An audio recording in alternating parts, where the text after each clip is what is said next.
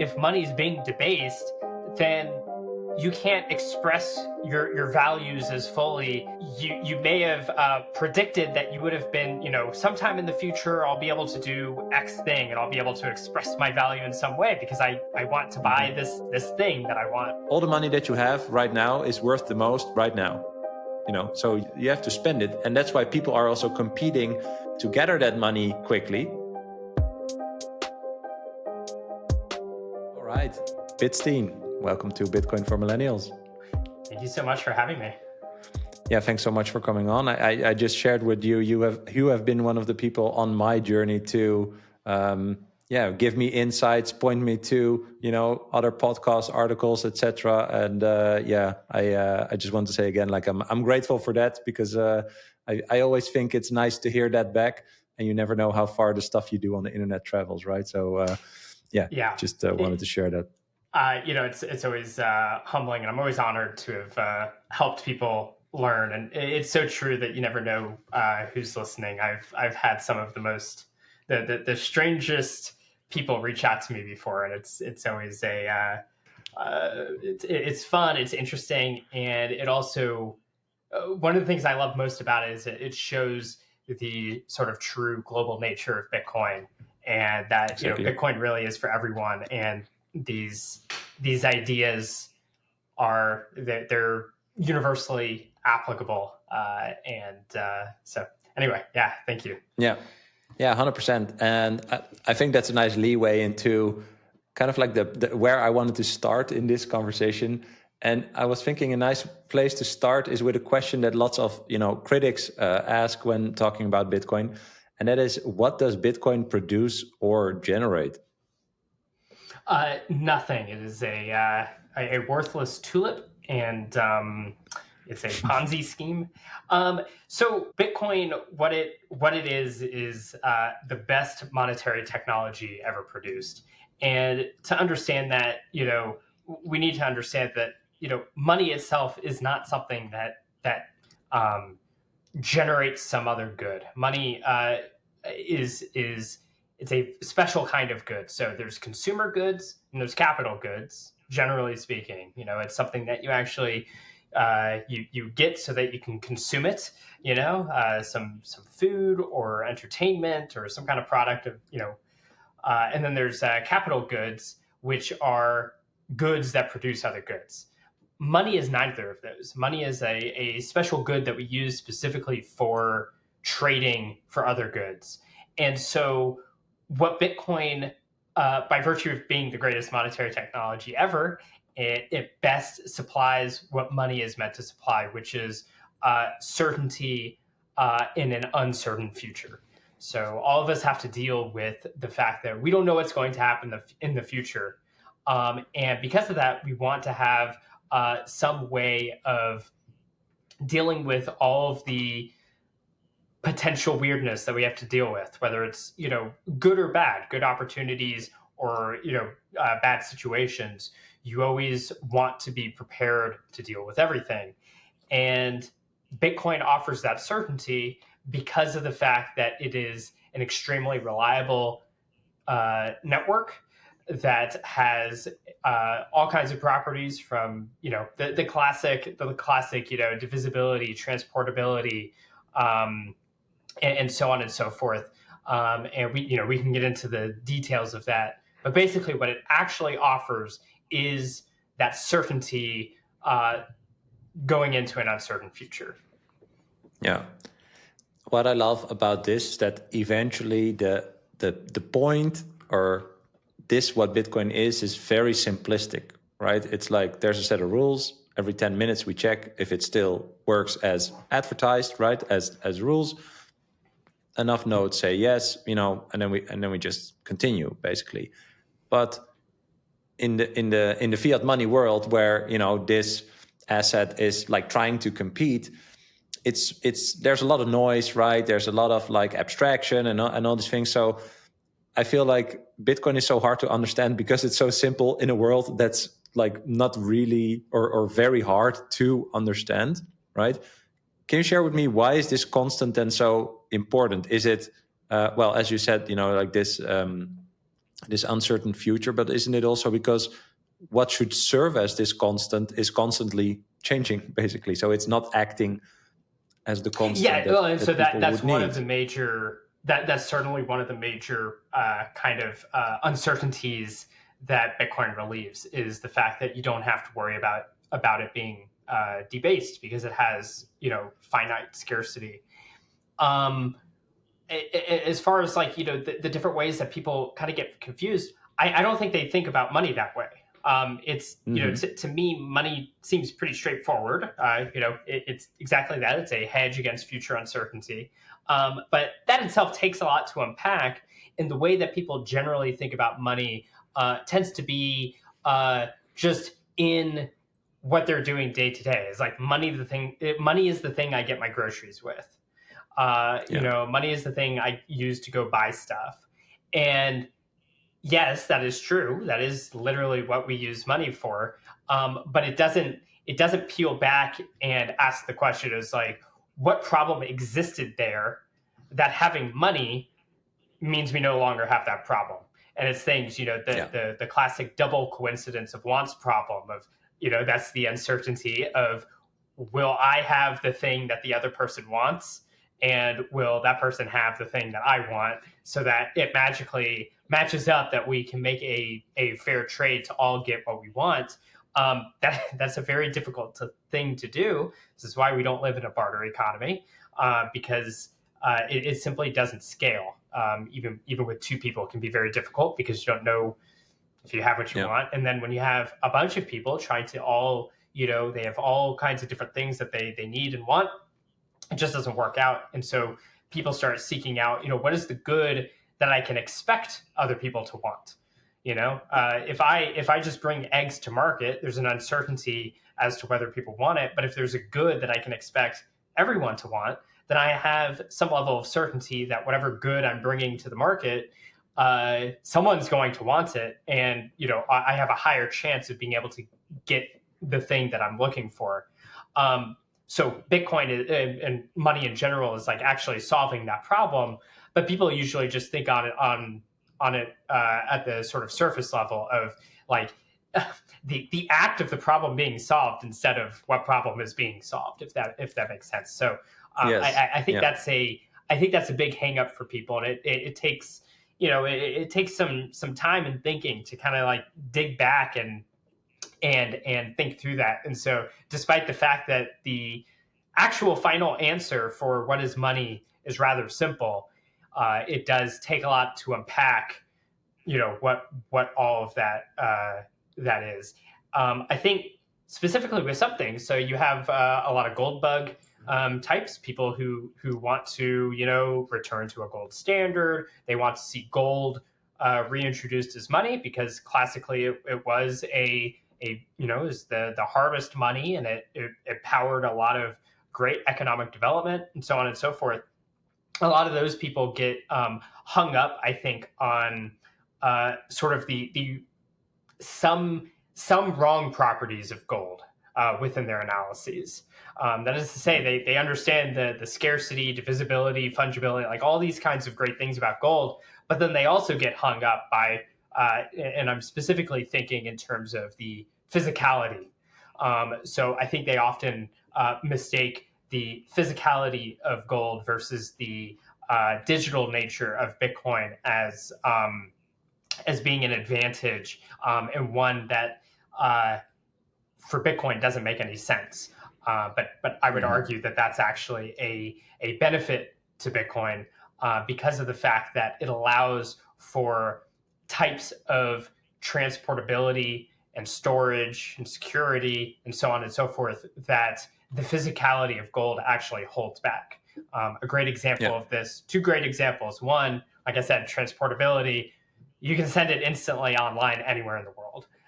And sending it to your neighbor is just as easy as sending it to someone who's literally on the other side of the planet. And that is an incredible feat, and you cannot do that with gold. Gold is very heavy. You have to physically carry it somewhere.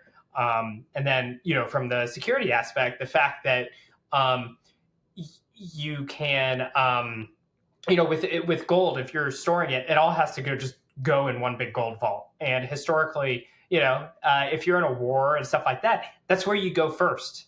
When you invade your enemy, it's like you're going to go straight for that gold. And we see that time and time again throughout history. And obviously that happens at a small scale too. People rob houses and so on and so forth. And Bitcoin has things like multi-sig, and that's by virtue of the fact that it's digital. And so the uncertainty of security, like making sure because if we go back to let me finish that. Basically, because we can split up keys, you don't have to have it all physically in one place. Exactly. And that is an incredible boon. And likewise, it's like you don't even have to open the vault to put the money in, which is something very interesting. Are you looking to save in Bitcoin for your retirement? Meet OnRamp, the leader in Bitcoin financial services. OnRamp has just launched the industry's first Bitcoin IRA with multi-institution custody. That means unparalleled support, transparency, and peace of mind for your retirement. With OnRamp, you can verify your assets directly on-chain and protect them with the support of 3 independent institutions, eliminating the risks of a single point of failure. Are you ready to take control of your Bitcoin retirement? Visit the link below or go to onrampbitcoin.com to learn more about OnRamp's Bitcoin IRA. I love that. Yes. If we think about heist movies and stuff, it's like that's often the time that you're basically making the heist. It's like at some point they have to open the vault. That's when you should go run in and take stuff. Whereas with Bitcoin, it's all cryptographically locked up, cold storage, etc. And you just have to share the public key, and people can send the digital gold right into a multi-jurisdictional, multi-sig, and so. What does that mean? It means that there are uncertainties that gold faces, the costs of dealing with the gold and the uncertainties of dealing with gold that Bitcoin is able to overtake. It's like it has like a sort of absolute advantage in many ways, and that is just an incredible thing. But because they get caught up, because they like the feeling of holding something, they're used to growing up where more people use dollar bills as well. So money is a very physical thing. When you make it big, you get to riffle through your stack of Benjamins. You don't get to do that with Bitcoin. I think they place too much emphasis on certain properties that I think more thought about what is actually being solved by those properties can show us that Bitcoin actually does a better job of addressing these problems from a sort of economic and engineering point of view. Yeah, I think that's a really good reflection, right? The people that have gold understand the problem, but I mean, they're stuck in their choice of the solution, whereas the characteristics they use to show superiority are actually inferior to what Bitcoin can do. And I love what you said about this vault thing. Like, I really have to own the gold physically, hold it to be able to use it, right? And the implication of that is huge. With regards to security for once, but also the gold that I hold, is that real? Like all these questions that come up there so as well. Are you but just what you said about tungsten? Exactly. I once tweeted, that tweet did really well. Like, if you have someone posted like this suitcase full of gold, and for me, like, it really feels like an ancient thing. I don't know. I really just don't get it. But once you realize that you need like 3 machines to verify it being real, like, what are you doing? It's really even worse than that. The quote gold standard in assaying gold and making sure it's real gold, you have to literally take the gold bar or gold coin, melt it down, and then use one of those machines to be doing all sorts of chemical analysis on it. Yeah.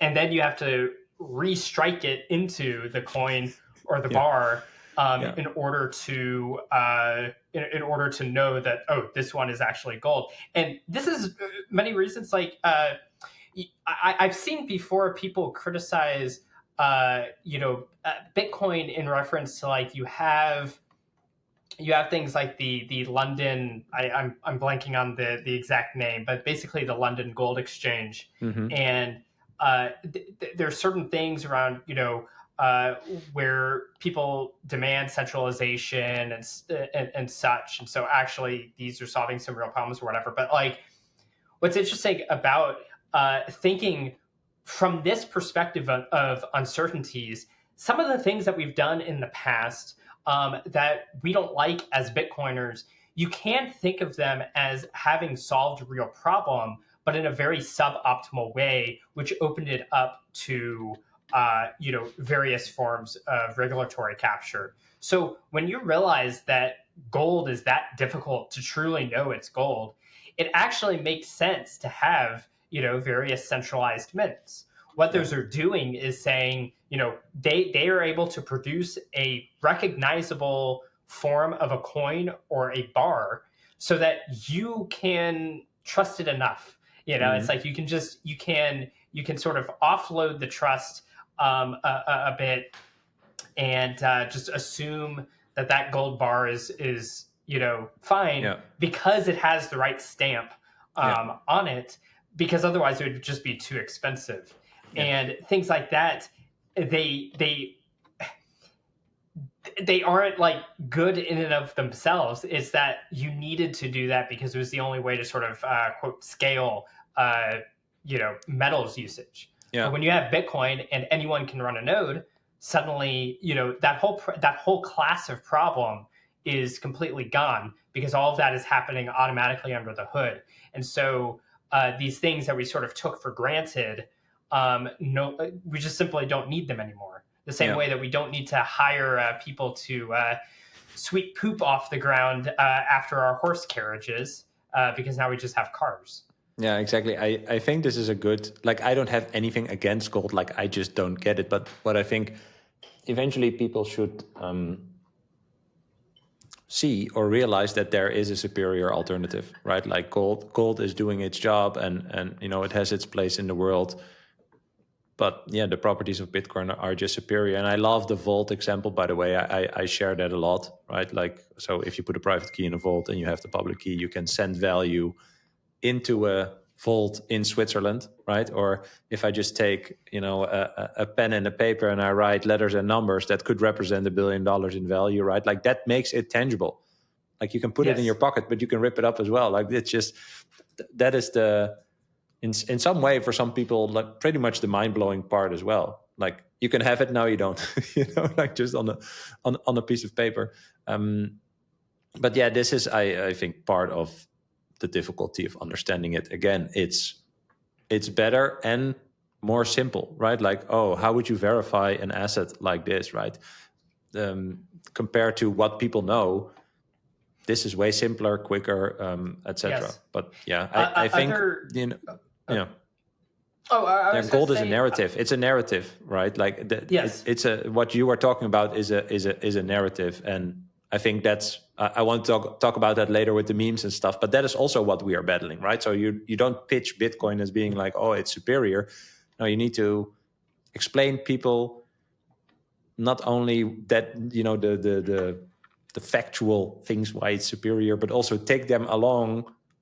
This is the narrative that you are following that comes from XYZ because problem ABC, and then you go back again to talk about what Bitcoin brings.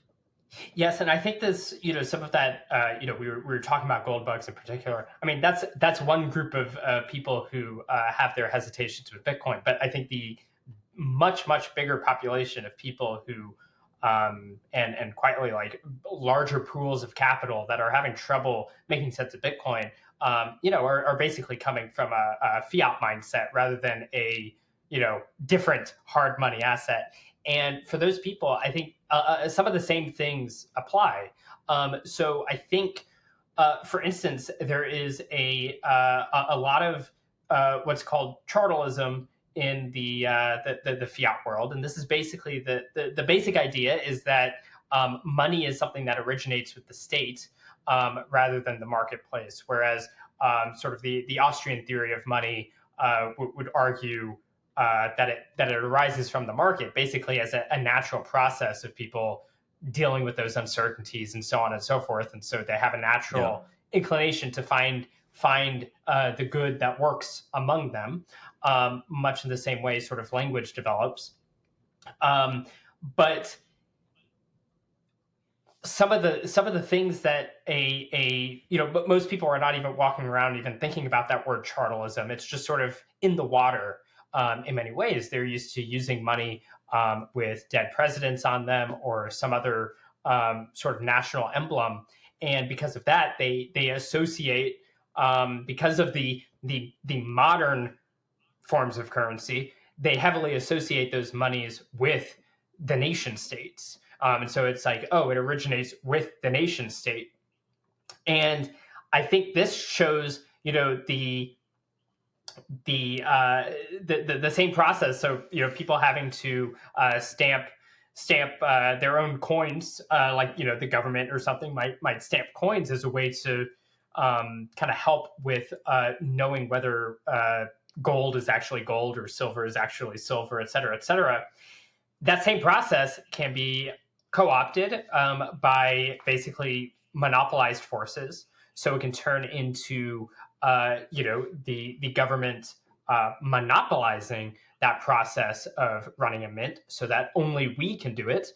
And they stamp, national symbols onto it, whether it's a person or something else, that people begin to then see legitimacy of that currency coming from that national emblem more than the process for which they were finding themselves needing to, stamp the thing in the first place. So if that makes sense, it's like, So people start to, they kind of get tricked, right? Where it's you are mistaking the fact that the government is the one minting it for the government having to be the one to mint it. Whereas the actual process of it was that minting was a necessary component of a metals market because it's difficult to do your own metals assaying all the time. And so you have these things. And when the state starts monopolizing that, people now treat it as though they forget that prior story of money. And I think that happens a lot with fiat. And so people think that a money is only a legitimate money if it's coming from the government. And so we base our judgment of how well Bitcoin is doing in the market based on, how much is the government explicitly supporting it or something like that, as opposed to, well, that would actually be, I think, a positive sign in many senses if the government was just explicit. It was like, yeah, we're Bitcoin now, like, El Salvador being an example. At the same time, if you have an understanding that money is something that originates in the marketplace, you can, instead of looking for different institutional validations of Bitcoin, you could look for market indicators of Bitcoin success. And this would come in the form of, well, how much reserve demand can we see in Bitcoin? So how much are people holding it? What's the price and market cap relative to how much is being held? And how much is actually being transferred on the account? So I Bitcoin transfers, I believe, over $1 trillion every year, which is a staggering amount of economic activity. And that's happening all in the market, whether there is someone giving it their stamp of approval or not. Clearly, the market is giving it its stamp of approval to some degree. So I think that's a way that fiat people can have difficulty with this, is they get confused, one, by not thinking about the kind of from this view of uncertainties, but just it's just this thing that we use to buy stuff. But then on top of that, they have taken hook, line, and sinker the story that the government, having had monopolized things, then is the source of all things good when it comes to money, as opposed to maybe they actually were even solving something to some degree at some point, but they're ultimately doing that at best in a suboptimal way relative to what money could be if you look at what Bitcoin has to offer. Yeah, I think that's that last part is a fairly friendly conclusion, I would say. But about that they're doing it in a suboptimal way, right? But I trying to be nice here. Yeah. What I get from this is that people don't ask the question, "What is money?" Also, because especially in the Western world, you're not really challenged, right, to ask that question. Perhaps kind of up until now, or like after COVID, where you more people are really aware of money printing and the debasement and all these things. At least that's what we think we see, but I'm not sure about that yet, by the way. We don't get taught this in school, but the people who get taught, basic economic education in high school or university, or, if you do an economic study, that's based on Keynesian ideas, right? From Keynes.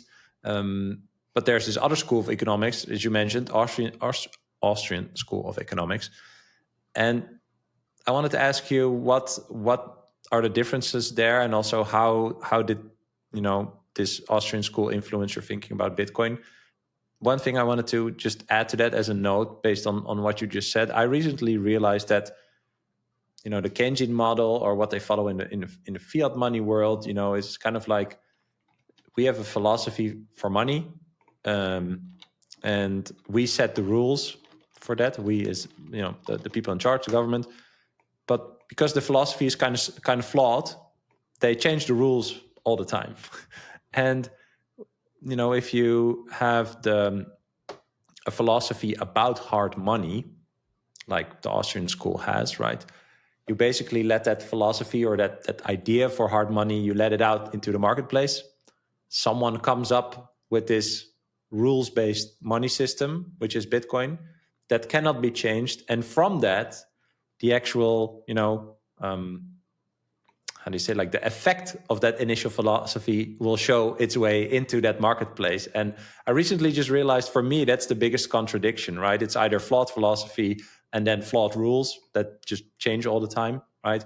Or it's just, an open philosophy, a set of rules, and that, is just is more of a free market than the other thing. But so the question is, like, what is kind of the difference, and how did it evolve your thoughts around Bitcoin? Well, the funny thing for me is I learned about Austrian economics sort of before I learned any Keynesian economics, and so there's a lot of people they had to sit through many economics classes, and they probably actually know more about sort of Keynesian models than I do, and then they later found Austrian stuff. I learned Austrian economics first, and the Keynesian stuff I'm less of an expert on.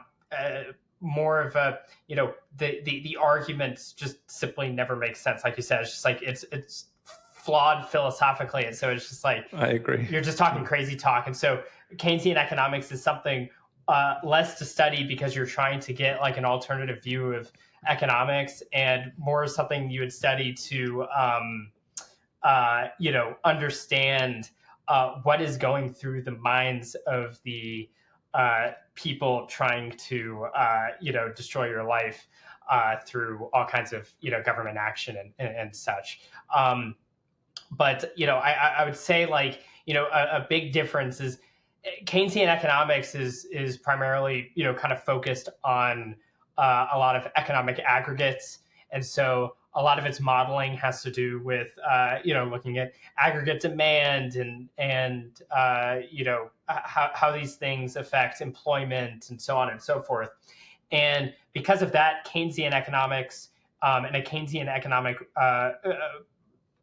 kind of view tends to view the market as a sort of there is something you can sort of control. Like, there's a lot of different levers you can pull to change the factors that change the economic conditions of these aggregates, and through that you can kind of like guide the economy in some correct direction. Well, basically human behavior, right? That's the goal. They want to influence our behavior by pulling these levers. Yes, and doing it from this sort of like aggregate point of view. So in some sense, we're just a bunch of statistics and inputs rather than like actual humans. The Austrian school is less based on looking at these large data points and trying to move them in certain directions, and starting with the basis of human action and trying to logically deduce the necessary implications of the fact that you have human actors acting. And if you're acting in a world of scarcity, like what does that mean for what is that logic of choice? The fact that you can't choose A and not A at the same time means that you can glean certain things about that economically, and so it's less dealing with quantitative measurements, instead looking at qualitative stuff. And I think by nature, those two viewpoints, the Keynesians tend to be a much more top-down look at the economy of, the economy is in a certain way, so we need to pull these levers so we can get it back on track. Whereas the Austrian school is instead trying to understand what is the logic of those individuals that make up that economy, and just try to understand why it is they do the things they do, and what are the sort of necessary implications of what they do, and going from there. And this leads to very different views of a number of things. So, for instance, I think uncertainty, is one thing that I mentioned. I think Austrians have a much more thorough view of that. I'm sure some Keynesian expert can come and tell me why I'm wrong about everything. But there's also, so like, for instance, capital in a Keynesian model, or even neoclassical models that they themselves are sort of against. But a lot of non-Austrian economics views things like capital as what we would say is like sort of homogenous. Like it's all just units. Like you just have a factory that just makes a thing. It makes widgets that give people utils. If you sat through an economics class, you've probably had to deal with people talking about like widgets and utils and all that kind of stuff. And so it's all just whatever. It's just factories. Whereas in the Austrian school, there's a heavy emphasis on time and sort of the heterogeneity of circumstance and goods and such. So it's like you don't just have a factory, you have a car factory or a pencil factory or some other factory. And because of that, when you look at how you would want to change an economy, if you're an entrepreneur, you're someone who wants to change the economy because you want to be producing something else. You can't look at it and just be like, oh, let me just snap my finger and these models for just factories. Now you have whatever magical factory you want. Instead, you actually recognize that if you have a car factory and you now want to make pencils, it is going to take time and resources to actually just to get from the car factory to the pencil factory. And that has many implications about how we look at the economy. It's going to change how we look at money. Like all these things, these sort of differences in view just have radically different views of money and the economy. And I think one of the notable things then is sort of the business cycle, where Keynesians tend to look at the business cycle as you have this boom and the bust. When the bust happens, well, something bad happens and we need to go address that. Whereas Austrians tend to view the boom and bust of like, well, why was the boom happening in the first place? And we could get into the details of that, but basically it's looking at a different thing. If you want like the really basic version of that, there's the Hayek-Keynes wrap that covers it pretty well at a very, very high level.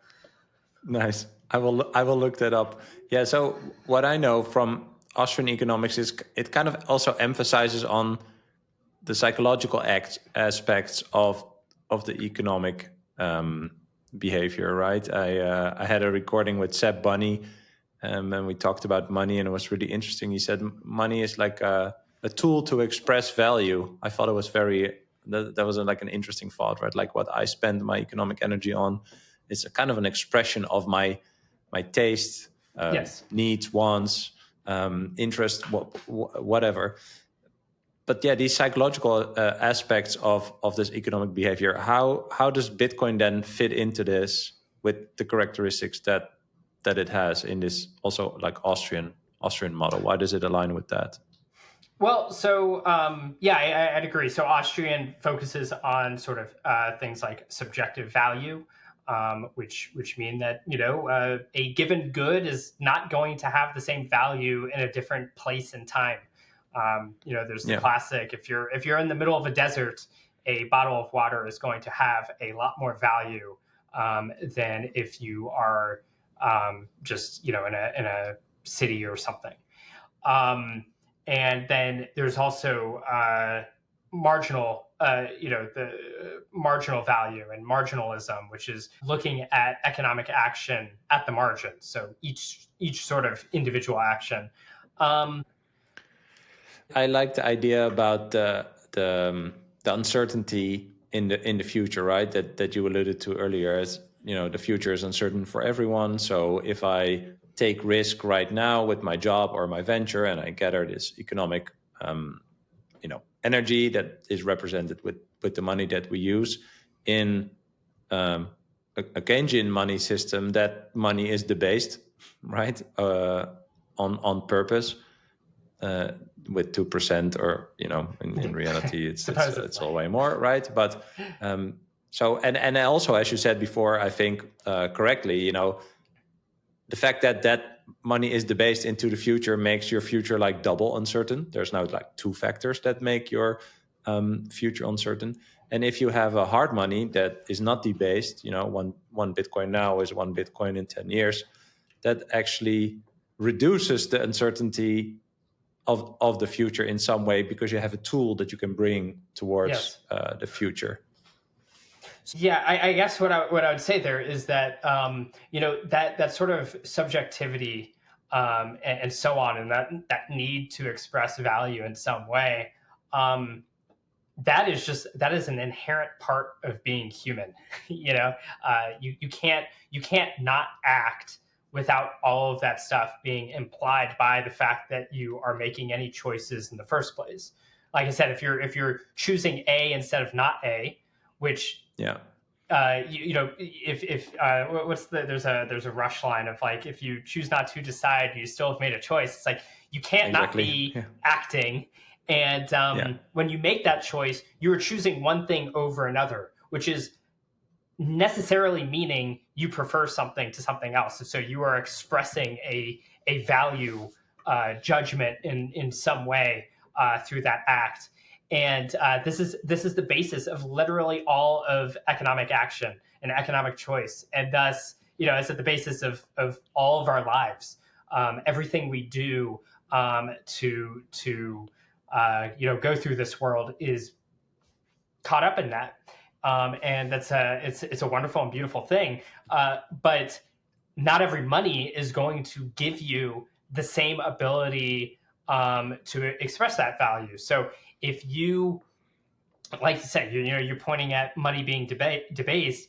If money is being debased, then you can't express your values as fully, because in the sense that you may have predicted that you would have been, sometime in the future, I'll be able to do X thing and I'll be able to express my value in some way because I want to buy this thing that I want or whatever. If your money is debased from underneath you, now you get to that point and realize it's like, oh, now I have to work harder just to express that value of mine. And so when you're able to actually put money into savings, your labor is actually able to be directed to economic value that is actually valuable to you, and not valuable to just some external force. So another way to think about that is we talk about inflation almost being like a stealth tax, because we talk about cancel-on effects where when new money comes out, it's not going to everyone all at once. In fact, if you did that, the whole thing would be pointless. It's going to the friends of the money printer first. And so those people get to reap the benefits of having newly printed money at the expense of everyone else. And so everyone else effectively sort of loses out at whatever that sort of rate is. And so we talk about that as the cancel-on effect. When that happens, what that means is whatever organization it is, that's printing the money and effectively inflating that away, they are simultaneously taking away your ability to take the labor you were doing, and being able to use that, whatever economic value you created, to go express that elsewhere in the market to actually suit what you need out of the market, as opposed to giving to others what they need out of the market, so they'll pay you. So they're simultaneously taking that away while also deciding for you where that value should go. Unfortunately, in the age of central banking, as the great Ron Paul said, it's no coincidence that the century of central banking was also the century of total war. So what do we see that going towards? It's like, your value, rather than being expressed in, more gifts for your family and more charity and more wonderful businesses making nice things that people want, that value is being expressed as, drone strikes and, all sorts of extremely, nasty, violent affairs, and like war. So it's disturbing to even think on, which is why I speak about it with such euphemism, because I don't want to get too angry here. But that's showing us how, when you have a sound money that's under your control, you can actually express your value properly in the marketplace. Whereas when you have the people debasing your money, and making it harder for you to act in the economy, it's coming with that double whammy of not only taking away your ability to actually get what you need out of the market, and be expressing your values in the marketplace, but also oftentimes working against you by using those sort of inflated, cancel-on bucks towards things that are detrimental to you, to say the least. Yeah. So basically, the Cantillon effect, the people that are closest to the money printer can spend the new money without that new money being debased, right? That's so their values get to be expressed in the market when they it was supposed to be your values expressed. Exactly, yeah. And when you said external factor, I think that's an interesting term, right? Because one of the core things of this Keynesian money philosophy is this 2% inflation, or basically, inflation of the money supply, right? So 2% debasement of the value of the money. So it's already at the core of you being nudged to spend this money, right? And you hear this argument a lot, right? But 2% inflation is good because it helps grow the economy, right? But as you just explained, how free are you then to move or express your value in this economy when you are basically forced, nudged is a friendlier word, right? Nudged to spend the money that you earn, right? And we shouldn't be surprised that there's not that many people that, I don't know, save up for 5 years and then build something like the Trevi Fountain or some cathedral or something that is actually beautiful, right? And or valuable. I mean, we could talk about food and like if you are nudged to spend in the quickest way possible, you are also nudged to build, quote unquote, in the quickest way possible, because you have to capture that money that is constantly moving. And it's also something that Seb said to me, which I thought was a really nice thought. It's like, all the money that you have right now is worth the most right now. So you have to spend it, and that's why people are also competing to gather that money quickly, right? As the producers of goods and services, because they know, in either conscious or not, that if it takes too long to earn money, it'll be of less and less and less value over time. And that's also why all the quality of our products, services, food, all these things go down, because basically people have no time to create something that has value. They're not incentivized also. They don't have time, but they also none of their work is able to produce as much as it otherwise would. If your money is losing 2%, which, at least in the United States, I know that's much higher. In most places, it's even much higher than that. I would say in the United States, I think it's probably more like 12 to 20% or something like that. When that's the case, you have to literally work 12 to 20% harder every single year just to have what you had. And so, it's a little difficult. Obviously, with technological progress, you can kind of mask over some of this because your productivity grows. But you still have the unseen, which is, with that same technology, you would have been making even more productivity had they not been siphoning wealth off underneath. And so it's harder for people to kind of think straight about their long-term future and think about, what values do I want to express, not just now, because like right now, like I have the most like base animalistic feelings, like, oh, I want to go get a drink, I want to go get some food to eat. It's just like very, very base things. That's what I'm thinking about, as far as right now, where real economic development happens, where real sort of civilizational progress happens, is being able to look into the future of, what am I willing to give up now because I really want that amazing thing in the future. But when you're having to work harder, essentially for less, that time horizon shortens and your time preference increases, and you are just more focused on the now, which, like I said, just like tends you more towards just the sort of base instincts of just, wanting to get fed, get your belly full, as opposed to more long-term things, which I think are going to do things more like, nourish your soul, which is kind of ultimately going to lead to sort of greater prosperity. I would say even, materialistically, but also,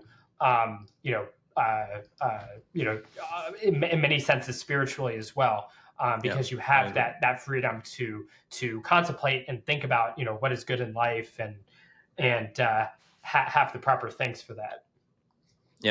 I fully agree. I talk a lot about this on the podcast. This is, I think, could be one of the talking points that triggers people to also look into it more, right? I mean, I also wanted to ask you about risk. I think, subconsciously people are taking more risk than they could be taking if they would adopt a hard money that helps them save their economic energy towards the future, right? Because if you come home from your job or your venture, which is basically taking risk, because you make a choice, right? As you said before, you make a choice to do something to earn this economic energy. But then when you are home and this external factor already debased the money that you basically earned today, you have to take more risk to even mitigate that, right? So you are, you can never stop. You are nudged.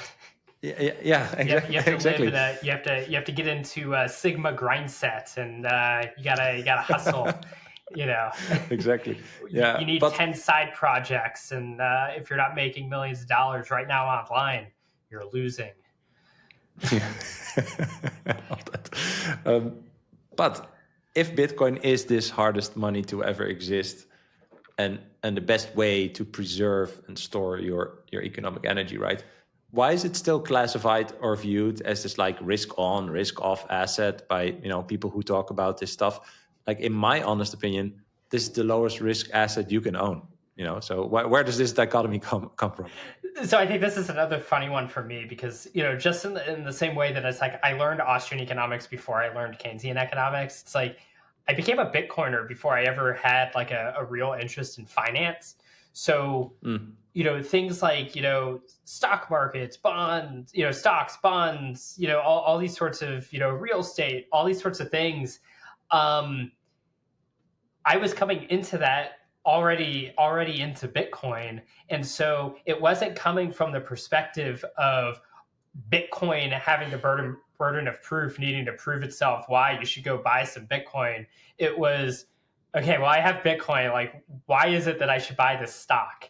And exactly. Yes. There weren't a lot of like good reasons, good economic reasons for me to go buy a bunch of equities or something, or like bonds. Like it didn't do it for me.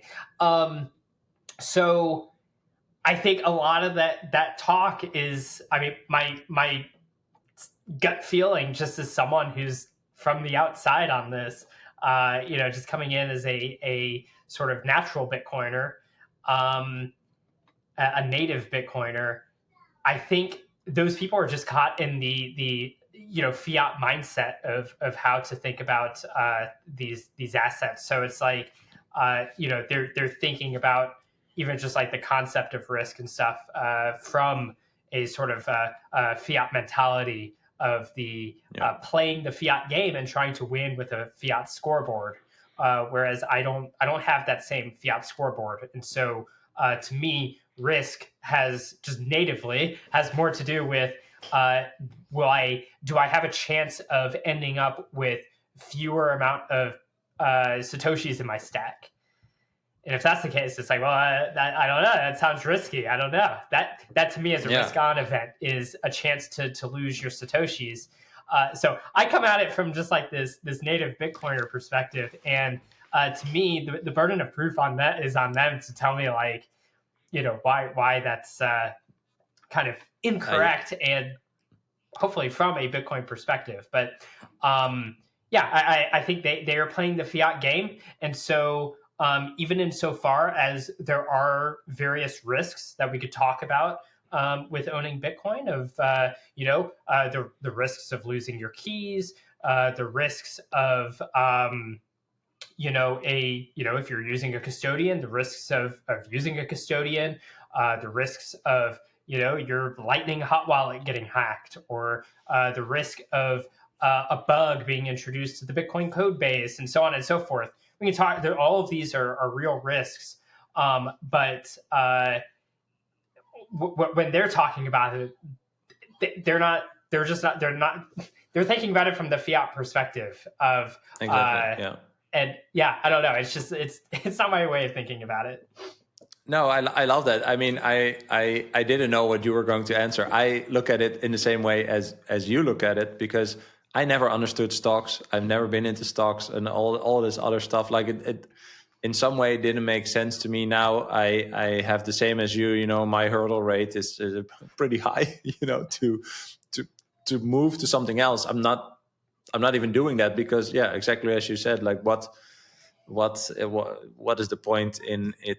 Helping me to get more sets, you know, like now. What I will say is, like, I mean, typically, what are they really saying? They're saying that the price of Bitcoin could fall precipitously, and so then you lost everything, and that's the sort of thing that it's like so I think this is where an understanding of uncertainty can help us think about. It's like, well, what does it actually mean for something to be speculative? And it's like, well, literally every asset you own is speculative because we don't know the future. That's by definition speculative. You want to know my reply? I always say life is speculative. Like, it's not an argument. It's right. As you said, doing nothing is a choice, which is a speculation on whatever. If you own a house, what if the property value plummets tomorrow? It could happen. What if all kinds of things. Something.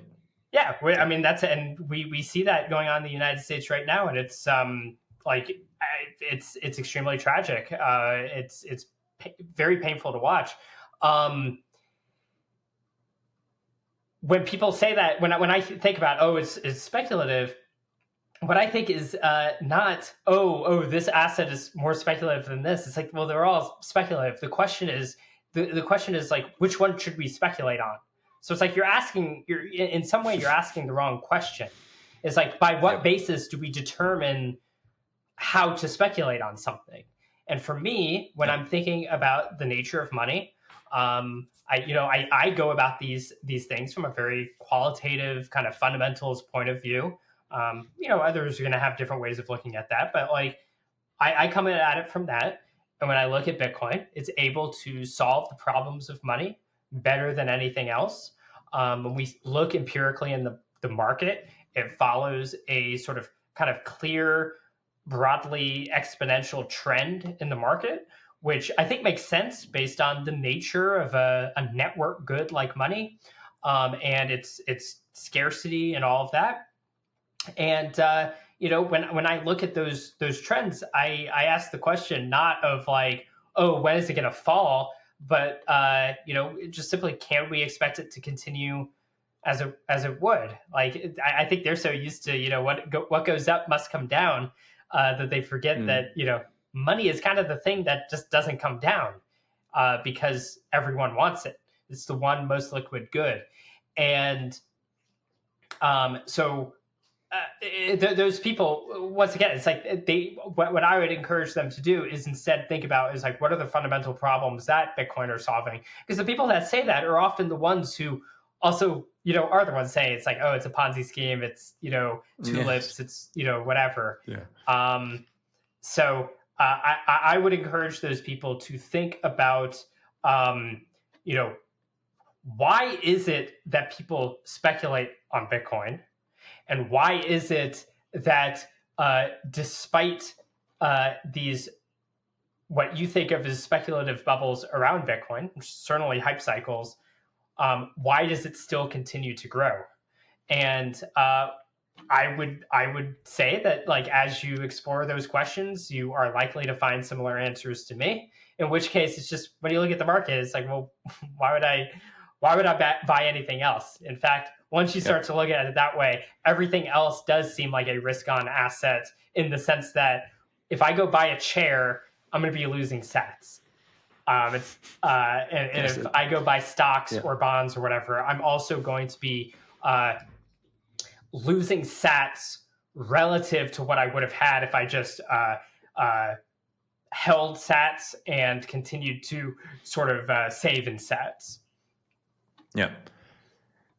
Yeah, I agree with this. I think so I say, like, life is speculative, but also, well, you speculate on Tim Cook waking up in the morning or Elon waking up in the morning. It is from this old paradigm, asking these questions, because they are actually valid in the fiat money zero sum game paradigm. Like I said, it's like when you're trying to win at the fiat scoreboard, you're going to play a different game. So you don't bring a dollar to a sat fight, I guess. I don't know. Like, we can come up with some creative line around that. I don't know what it would be, but I think that you should tweet that. That's a good one. Well, yeah. Well, talking about memes, I think you're somewhat of a meme lord. You helped popularize the meme. Bitcoin fixes this. What does that mean? Why is it so important to understand that Bitcoin fixes this? Bitcoin fixes this. So, I'm trying to remember if I can think of what the initial thing is, because it's so hard to trace memes, and I try not to take too much credit for any memes, because I see them as sort of it's a sort of collective good. It's out there. It's not meant to be sort of owned by anyone, and but I think Stefan Livera may have been the first one that I saw using that in a sort of direct kind of meme way. But basically, the way that I think about Bitcoin fixes this is that money is basically half of every economic transaction in a large economy. If you're not in a little barter economy, money is going to be half of every transaction. It is what guides our economic thinking, because all of us are typically thinking about our profits and losses in terms of money. Do we want to go get a new job? Why? Because it's going to earn us more money. Do we want to buy this thing or not? Well, how much money is it going to cost? We're typically thinking in terms of money whenever we're making all these choices, because of the fact that it's that most liquid good. And so when money is so foundational to so many different economic decisions, you can start to imagine how when you start messing with the money, it's going to shape people's decision making in a different way. And I think for a lot of Bitcoiners, and not just Bitcoiners, but a lot of people who have studied sort of Austrian economics or other paradigms around sound money, look at how money has been debased especially over the past century and a decade or so, and they can start to see how monetary debasement may have changed the ways that people interact with all sorts of industries, ideas, concepts, and so on. So it's like, like you were saying, it's like how much time you can spend in leisure is going to change, what kind of art are you going to be thinking about? It's like if you're working all the time, you don't even have time to think about, what is the art that pleases you. Whereas if you can have time to rest, you can really think about it. It's like what art truly embodies what I believe about the world and what I want to see in the world. And you have things like food, where when you're debasing the money, food is one of the things that is going to increase very fast in price. And people start changing the way they eat to deal with the changes in food costs. And so, especially in the United States, but it's basically it's a global issue at this point. We have the rise of things like seed oils and all kinds of other junk food, which I had coined like Fiat food, because it's like stuff that we're eating because it's been kind of pushed by fiat economics, and also just fiat government science, which is funded by fiat money, and so on and so forth. So a lot of the food itself is sort of getting debased, and so on and so forth. We can just go industry by industry. It's the thing that people get annoyed by Bitcoiners, because we just everything we're looking at this, and what annoys them the most is that then we come in and we say Bitcoin fixes this. But what we mean by that is that because so many of these things, such a strong factor, such a major factor in what led to a degradation of the production of some kind of particular good or service, because we believe that we can tie that to the debasement of money. The fixing of the money is also going to allow conditions that will realign the production of those goods and services with what people actually need and want, which is going to be health and wealth and all that good stuff. So there's the line, fix the money, fix the world. That's what Bitcoin fixes this means, but it's much easier to just say 3 words than go on that long rant. Yeah. I love that. Something else I was just going to tack onto that is, why deploy the meme? And one of the cool things is because Bitcoin is so ubiquitous, money is so ubiquitous, and it's going to affect everyone. It's also a good jumping off point for anyone who senses any economic trouble in the world around them, whatever industry it might be in. It might be an architect who's sick of producing buildings in a certain way, or it's a farmer who is sick of having to grow crops in a particular way because he can't even afford to actually own his land, and so he's at the whim of some large agribusiness, and so on and so forth. Each of these people, they are dealing with something that's been debased by money, and so it also becomes a foot in the door with those people to start to, like, you have specific knowledge around this thing. Let's take a look at how your decisions can get realigned with what you actually want if you start adopting Bitcoin and you start using Bitcoin as money. And so Bitcoin fixes this, also helps like show, Bitcoin is this global universal thing. And so, whatever problem you have, we can start to think, okay, in what ways can we fix it by introducing just simply a better money, a better savings vehicle? And so I think it allows for a great, for evangelizing Bitcoin. That doesn't mean necessarily just going up to someone and saying Bitcoin fixes this is going to win them over, but rather the mindset of Bitcoin fixes this can help inspire how to encourage people to better think about money and how it affects them, and how something like Bitcoin can improve their ability to go express those values in the world. Yeah, I agree. Again, with Seb Bunny, we had I just had a really great conversation with him. I'll link to it. I feel like I need to go listen to this one.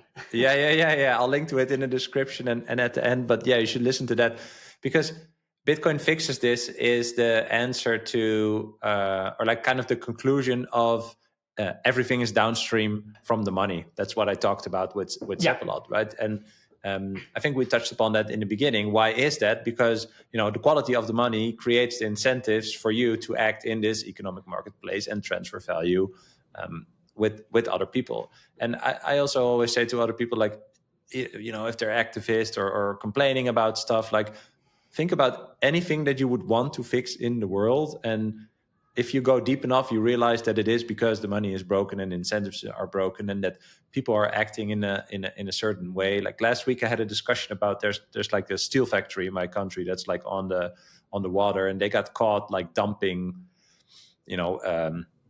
like steel garbage or whatever that comes from the factory, like in the ocean, right? Mm-hmm.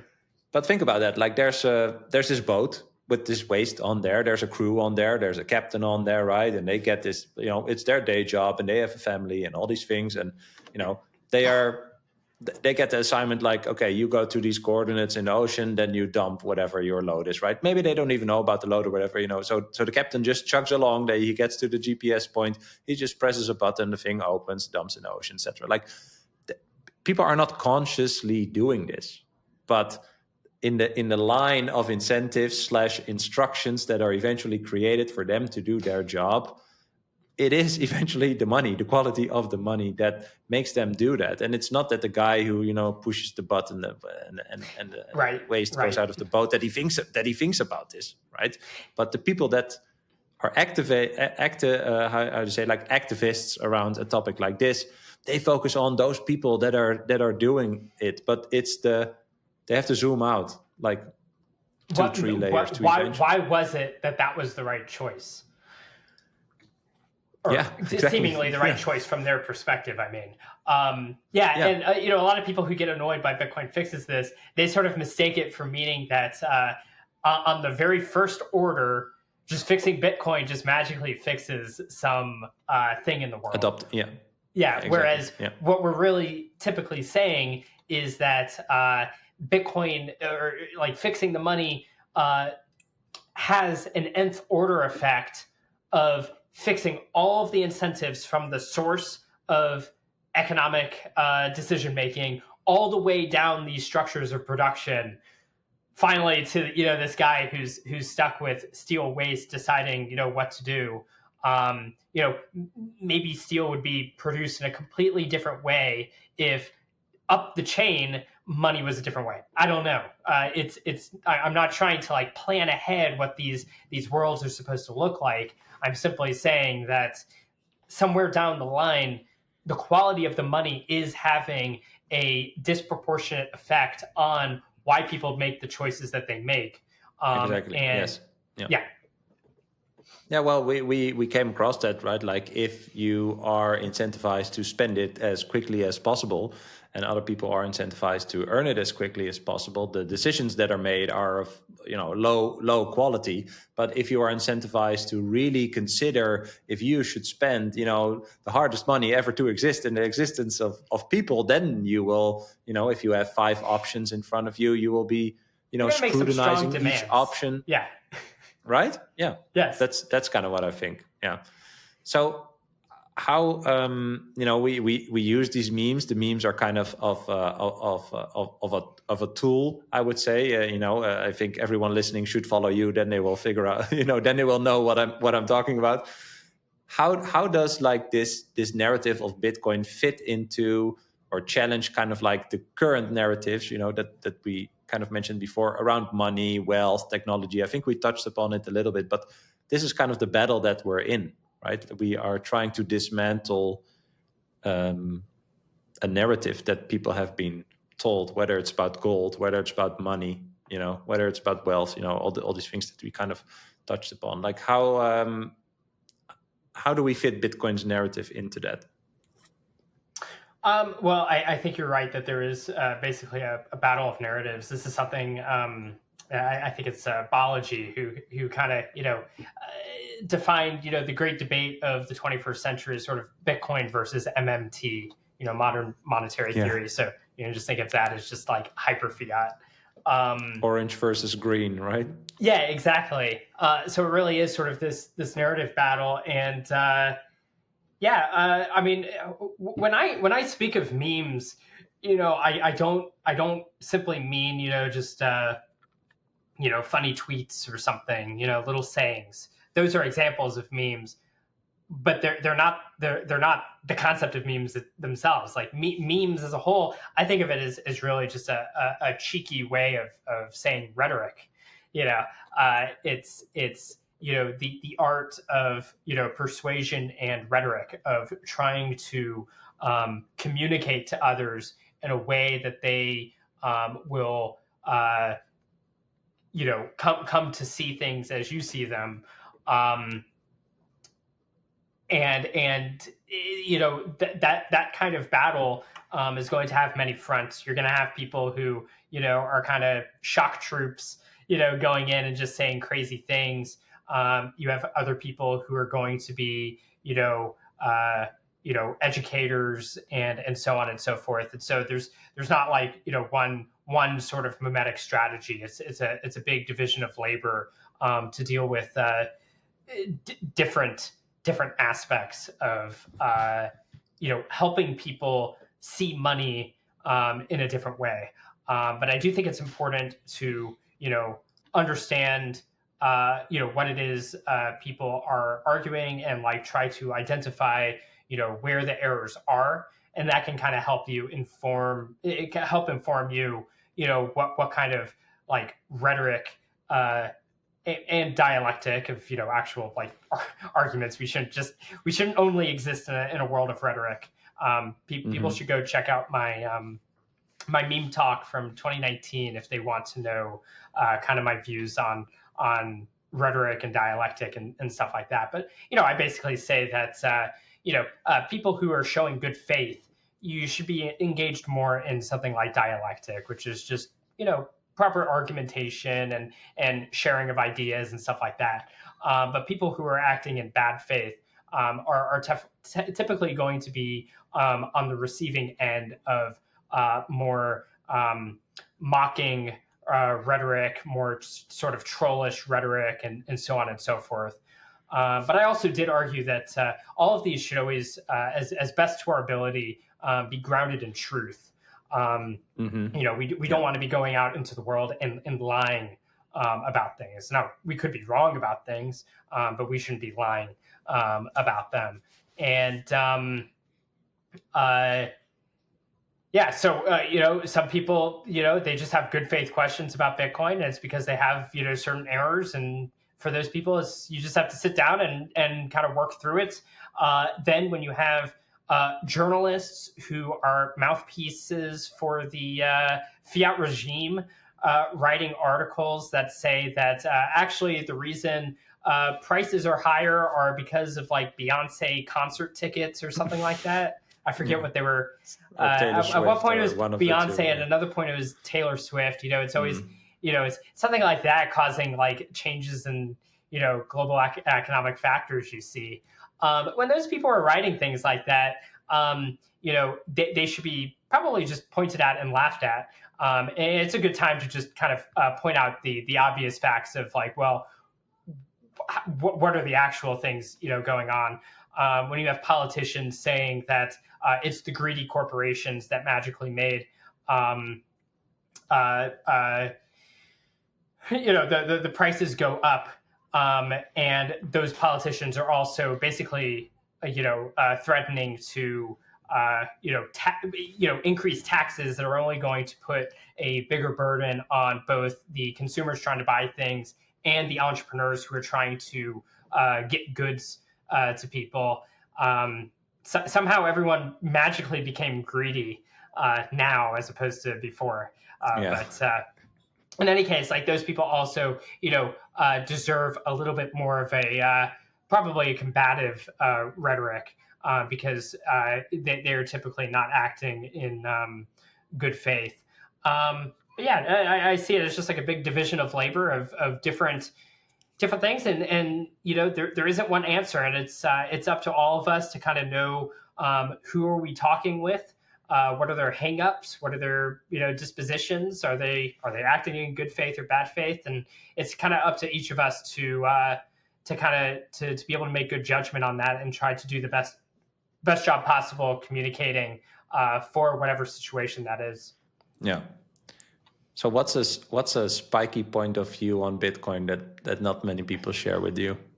A spiky point, like a something like you really like think? a contrarian sort of take. Yeah. Oh man, I mean, I'm sure I could think of a lot. It's like there's a lot. I don't know if it's a lot. It's hard for me to come up with like a specific thing on the spot. It's something that probably if the topic came up, I could probably point out some differing point of view on something. For a lot of my work, so for people who are unaware, I run the Satoshi Nakamoto Institute, which is advancing and preserving Bitcoin knowledge by having a lot of archiving and sharing a lot of the sort of historical ideas that kind of forged the world that Bitcoin came out of, and as well as economic analysis of Bitcoin. And because my focus has been much more on that, I haven't been as engaged with Twitter memetics and such as I once was, and so a lot of these debates that tend to be happening in the Bitcoin space these days, I'm aware of them happening, but I have not been like sort of as engaged directly, and so I don't really have spicy takes. Just ready to shoot at the hips. I've been kind of focused on my own work. Unfortunately, I'm sure we could find something later. Or if you just like listed stuff, we could probably find something. But it's hard to just pop out with something. Well, maybe there's something in this answer. As you said, so you run the Satoshi Nakamoto Institute. You're preserving this knowledge of Bitcoin's history, economics, the tech. What do you think is like the biggest lesson, or maybe lessons from the history of Bitcoin that are critical for newcomers to understand, right? So my goal with the podcast is to hopefully, with the angle of millennials and my point of view, and like reach more new people and get them into Bitcoin. But I also think, we need to keep educating on Bitcoin. I don't think it's inevitable. We need to also teach our kids why decentralization is important, etc. Yeah, what are the biggest lessons that you would mention to people coming in? Would you? So It's hard to give a blanket answer to that because of the fact that, like I said, many people come into Bitcoin for many different reasons. Yeah. But just to clarify, do you mean Bitcoin history, as in since the white paper was dropped, or you just mean kind of in the history of ideas within that world? Oh, good one. Can I tap I would into say, pre-Bitcoin history? yeah. No, I would say, if you get into Bitcoin now, and let's take the angle of, most people come at it from, the number go up. So the number goes up. Ooh, interesting. I'm going to buy some, oh, it goes up more. What is this thing actually? Okay, I'm going to study. Well, then, there's an immense amount of volume of things that you could read. But I think the base of my question comes from it. You could miss historical lessons from this first era, let's call it, of Bitcoin, these first 15 years. Of course, I think we should advise everyone to read the white paper, but stuff that came along the way that's important for the current course. I'm gonna give two separate things. The first one is just a general lesson that I've shared quite a few times, and I just think it's a good overall lesson, which is I like to call it Rule 34 of Bitcoin. If you're familiar with Rule 34 of the internet, if you don't know what that is, you can go look it up. But Rule 34 of Bitcoin being that if you have an argument against Bitcoin or something like that, you will be able to find a Bitcoin talk thread about it from 2012 or 2013 or whatever. And the reason I think that's an important lesson is because Bitcoin is it demands humility out of us. So the Odell phrase of stay humble, stack sats. The reason you want to stay humble is because otherwise Bitcoin is going to humble you for you. So it's like, you are going to be humbled. It's just, do you want to do it the easy way or the hard way? And a lot of people come into Bitcoin both, maybe antagonistically or not. And their lack of humility often motivates them to misunderstand things in a negative way. So a antagonistic way would be coming into Bitcoin and saying, oh, here's why it's stupid, and here's how it should have actually been engineered. And exactly the classic meme of I'm new to Bitcoin, I'm here to fix it. And a lot of those people find it. Well, it's like, there's a reason, Satoshi made Bitcoin as it was. There's a reason why your little thing hasn't been added. And you're not the first person to think like, oh, what if we made like faster block times? It's like, you're not the first person to think that. And there's a reason. And instead of coming at it with, I know best and I should go, like, you should listen to me, instead, you should ask the question of like, why is this not the case? And go try to answer that question, almost like a Chesterton's fence kind of thing of like, why is this fence here? Try to go ask that question and go learn that before trying to do that. From a positive angle, I would look at different schemes of things, functionality that people want to add to Bitcoin because they think it's cool. And there's some more obvious things that we could go along these lines that have debates going back to 2013 and before. But just for the sake of non-controversy, just to annoy you because you wanted spicy stuff, there is someone might come in, is like, oh, Bitcoin is this amazing thing. We could use it as a data store, and let's build like a social network on top of it, because then it will be like a decentralized social network or whatever. And there's been many attempts. People have done this on other chains, and those have not ended well. But people come up with that kind of thing and they bring it to Bitcoin and they have such excitement. It's like, oh, we need to do this. And this is how Bitcoin's going to get to $100,000 or higher, is because everyone's going to be wanting to use this, like, Bitcoin-based social network. And I'm not meaning Nostr there. I'm meaning like using Bitcoin itself as the social network, like data on it. which Nostr is sort of a separate thing. Just to be clear. But like they come in and it's like, oh, this is the way that Bitcoin's going to go to the moon because everyone's going to want to do this and everyone's going to be tipping all the creators on this thing, and it's going to be awesome. It's like you need this thing. Those people, what happens is they tend to put their vision of an app ahead of Bitcoin itself, and they don't stop to ask, one, has anyone thought about this before? And it turns out it's like, yeah, all the cool apps that you think you have were likely already discarded by people a decade ago. Because I remember back in 2013 having great excitement for different things that you could possibly do on Bitcoin, and then it's like, oh no, this is why this is not happening. And so, very good point. Yeah. You also have people, it's like they get so focused on their particular app and think that their app is the killer app for Bitcoin that they forget that Bitcoin itself is the killer app.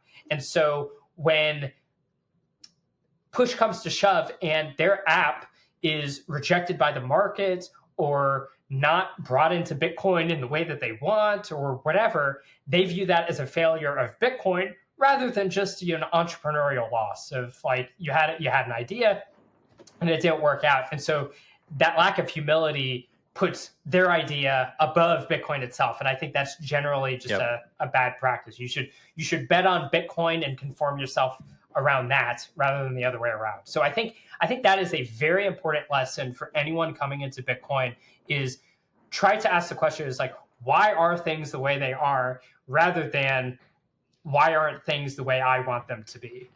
It's probably good for life in general.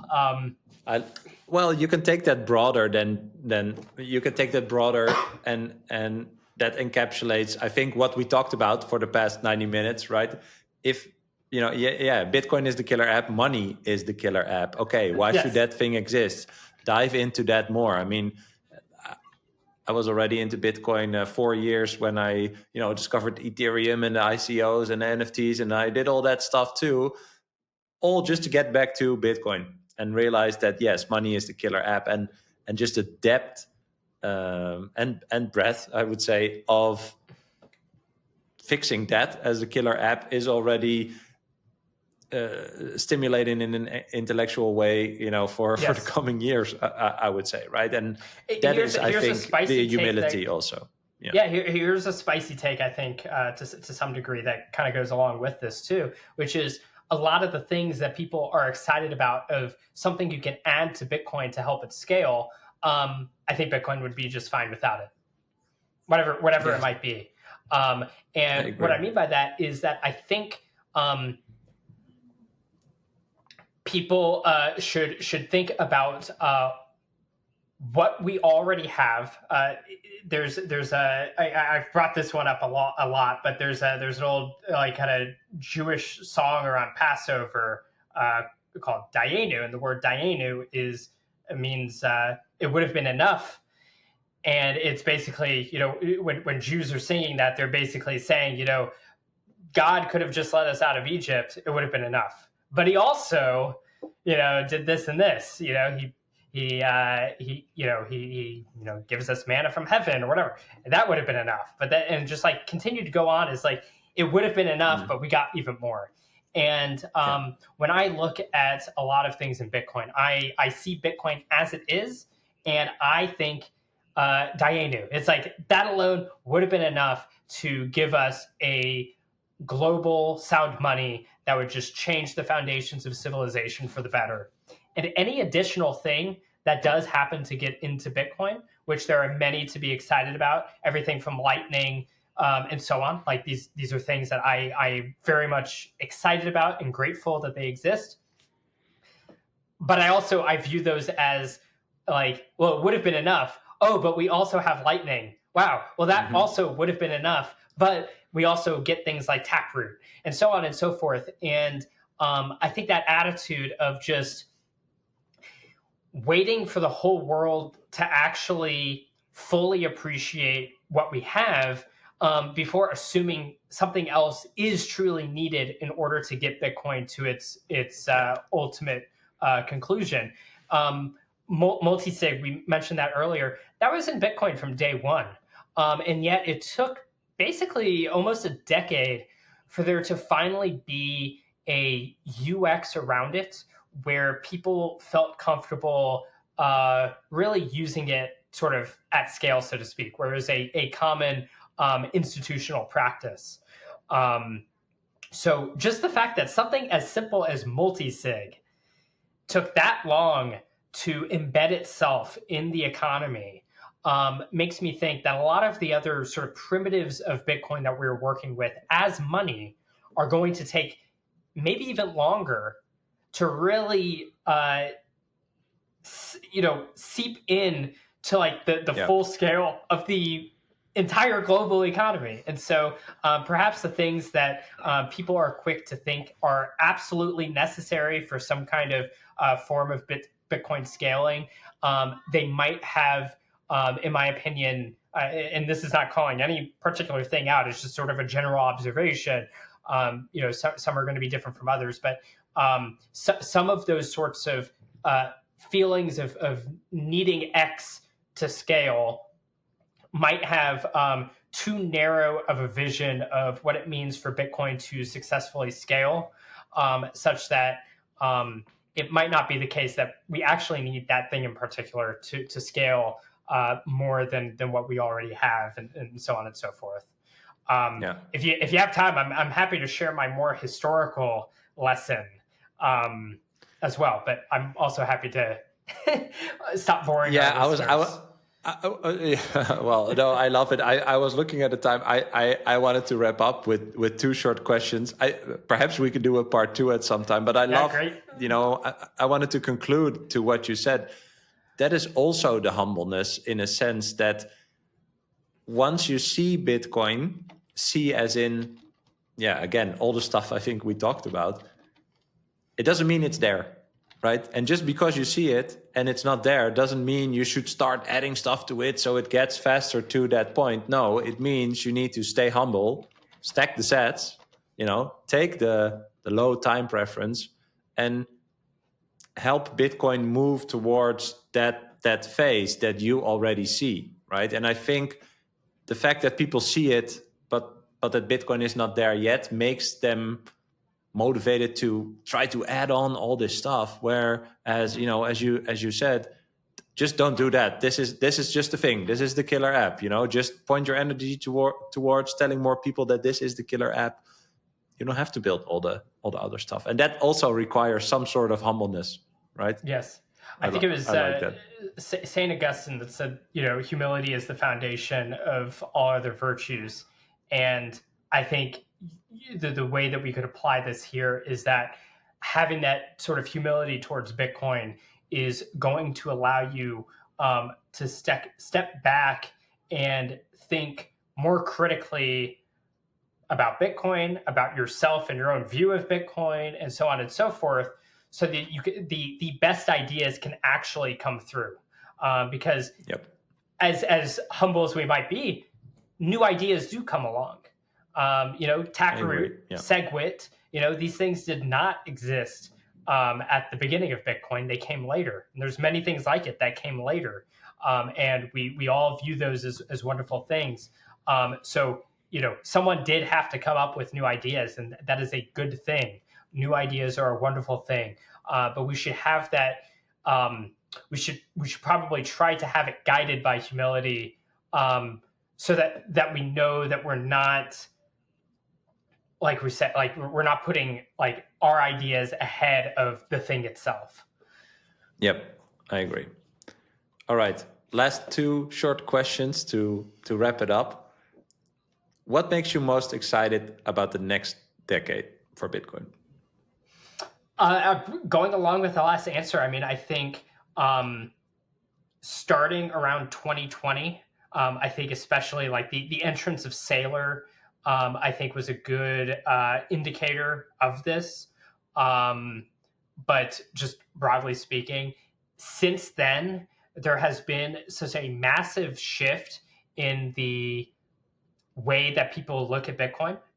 It's been a very positive shift. It is incredible to see. Not that I agree with them on everything, but to see BlackRock coming out and pumping my bags, often in a way that I might say the same thing, is strange to say the least.